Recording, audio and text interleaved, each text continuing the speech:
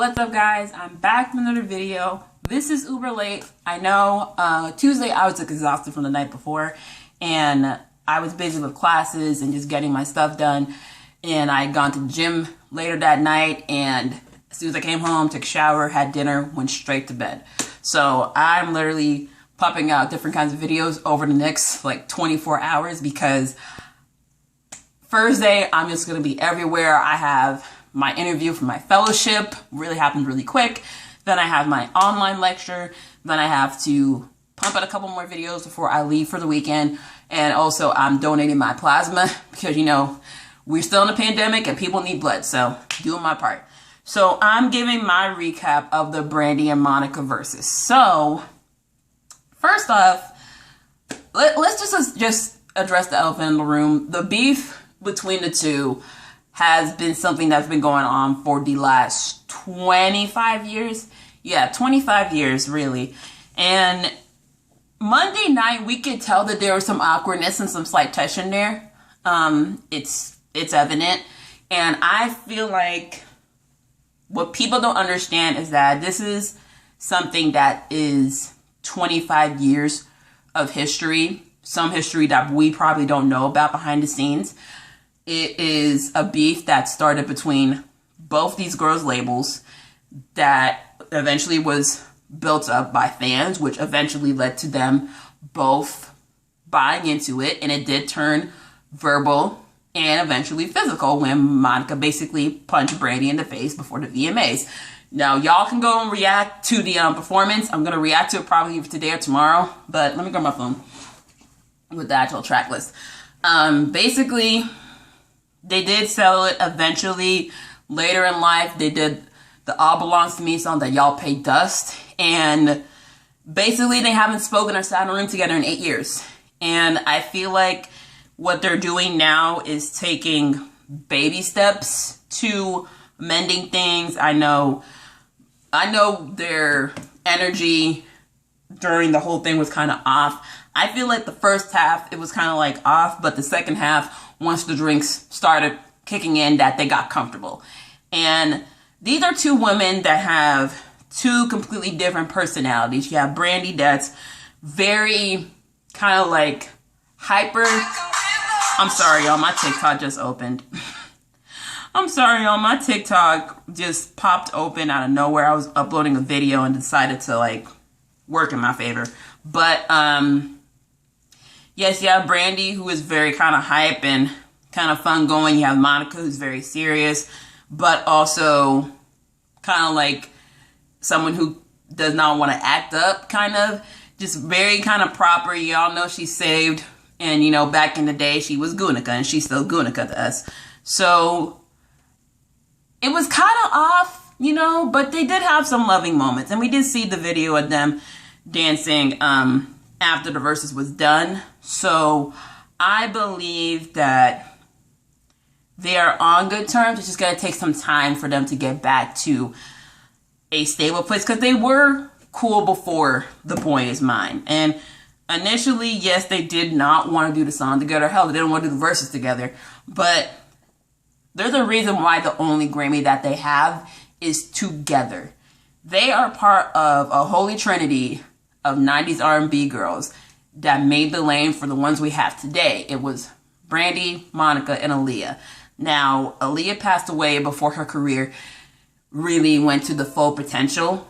It was always been Brandy and Monica, and the difference between the two is that Brandy was more mainstream and Monica was more of a single market. And I say that because Monica is something that we love to death. She is someone who is incredibly relatable. She is the way that she is. And Clive Davis and her label Arista really just let her be who she is. And she started at a young age where basically it's like, okay, we don't want to take away your freedom. Versus Brandy, who started off at a young age, was managed by her mom, was basically put in the position of the picture perfect image. And I feel like that worked against her because you had your fellow colleagues kind of basically kind of clapping back at you because you made comments about it. There are times where you have a bratty attitude. And I feel like the lie about her being married really derailed their career, because there are people who believe this image, and when you do something like that, they're like devastated and can't believe you lied. And there are others who want to see you fall down. And I watched Funky Dineva's review of the Verzuz, and he talks about how both Monica and Brandy mean something to the culture in different ways. Brandy, I listened to more of her stuff from back in the day, from when I was a kid. Monica, I listen to her stuff now because I'm a young adult and this relates to me more. And so I also think it was the labels putting against each other. I mean, Brandy was on Atlantic. We all know how Atlantic is. Hell, Atlantic in the 90s, I would imagine, see all that. And then you had Air Stuff by Clive Davis. And so those two labels probably were in competition. We see labels do this all the time with a lot of young artists. And so I feel like there were two girls put against each other for no reason other than the industry wanting to have competition and make more money than the other. Now that that's out of the way, let's get to the whole thing. So let's talk about the promo for this, okay? First of all, Brandy, Rachel doesn't need to be in your promo anymore, okay? Y'all could have gotten a better vocal Bible prop, and you could have been in it. Versus Monica, she pulled up to like the Atlanta High Museum, robbing a bank, and getting her albums on vinyl, okay? I loved it. And she had the full fit too. Oh, I was like, come on, Gunica. Yes!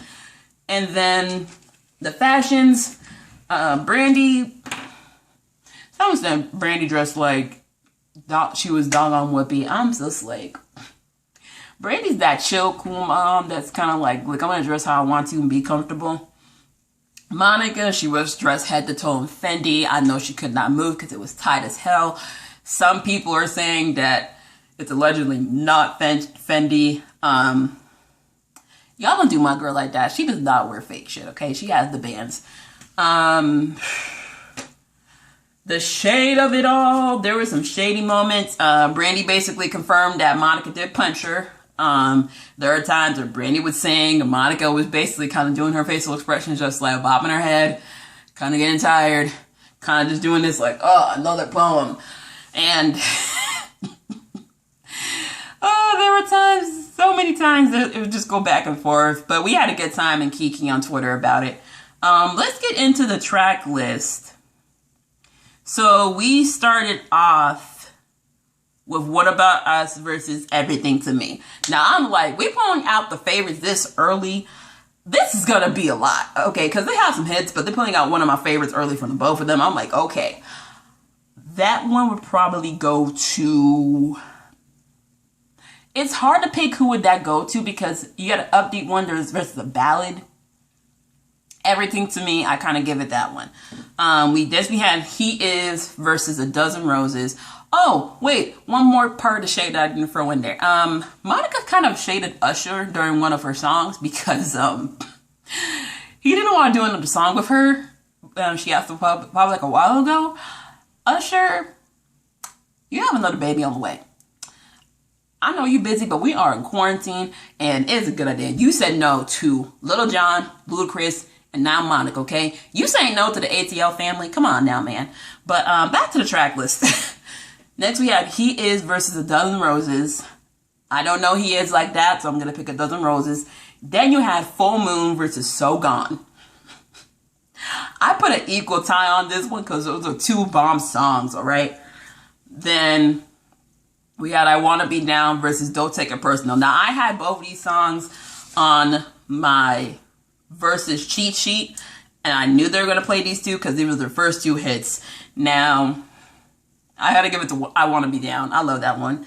Then round 5 was Baby versus Like This and Like That. Girl, I probably have to give it to Like This and Like That. Then we had Angel in Disguise versus You Should Have Known Better. Now, let's get to this part. So during this round, Monica basically shouted out C Murder, okay? I don't know what song she was playing in between, but we basically had the transition. Now before that, I'm hopping everywhere, y'all. Basically, they're talking about how they're both single, and Monica's like, well, I'm in a little something. I'm like, man, we know you and C Murder are working on getting back together once he gets out, okay? And then she plays a song before that. I don't know if it was before or after.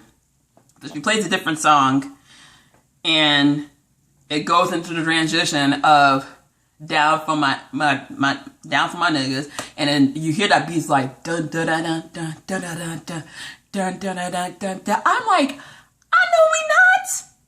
And before the chorus can even come on, Monica is up dancing like she at Freaknik. I'm like, ma'am, sit your behind down.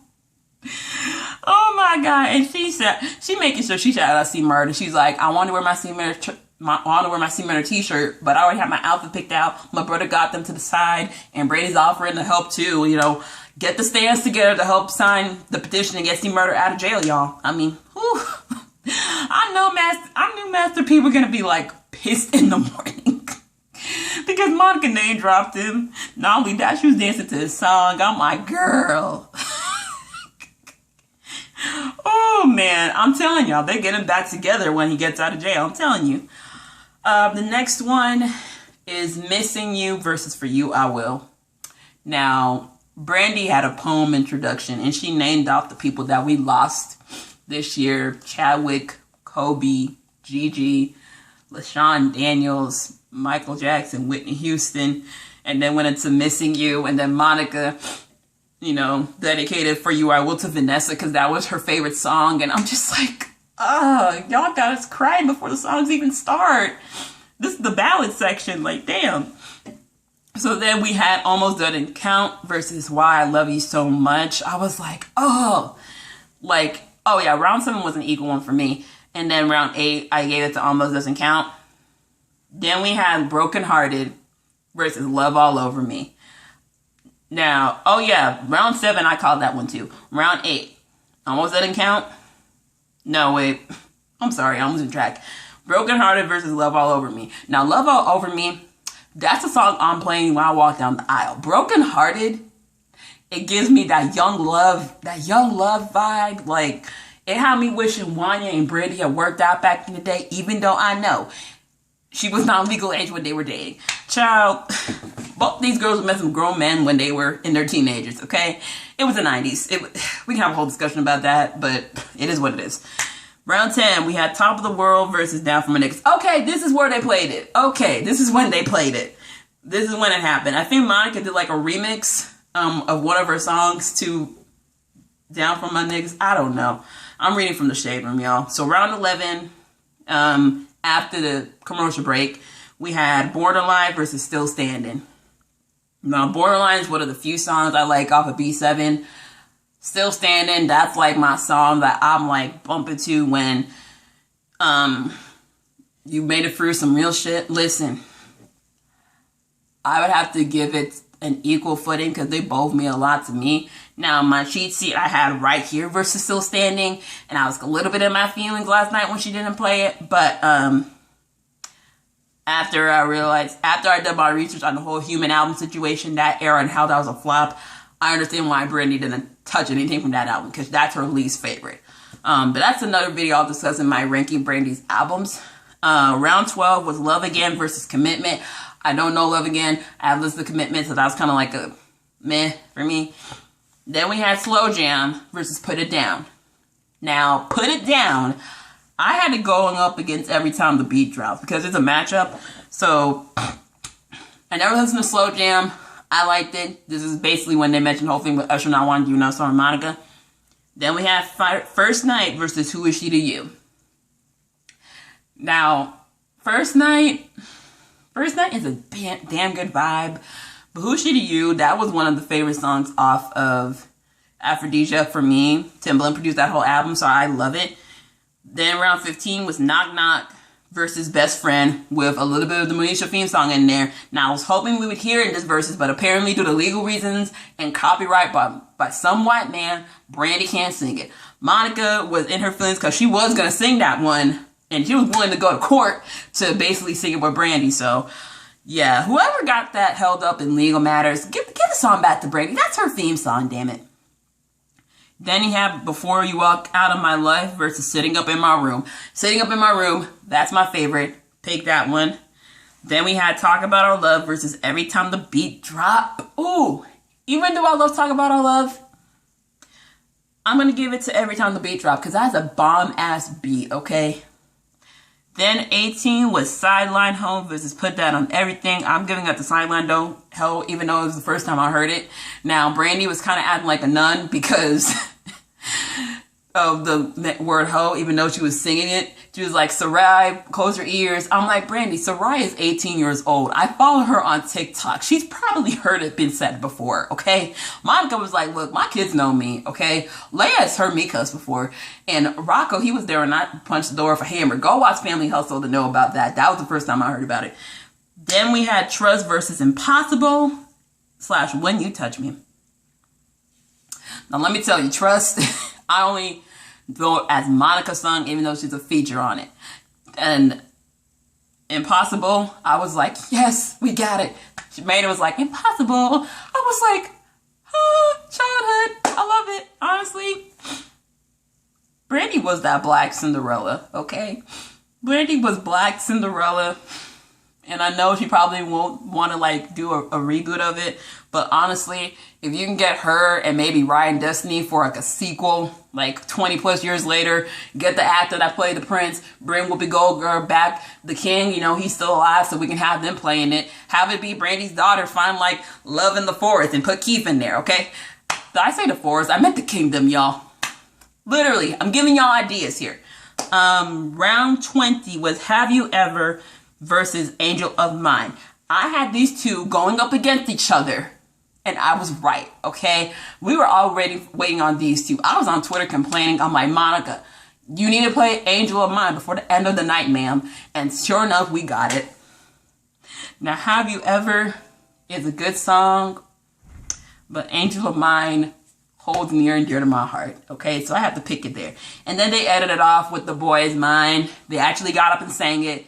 You know, the ending was kind of like, eh. And then Brandy was like, look out for the tour. I'm like, ma'am, maybe. We still got to work out some things, but you know what? We'll be here for a tour, okay?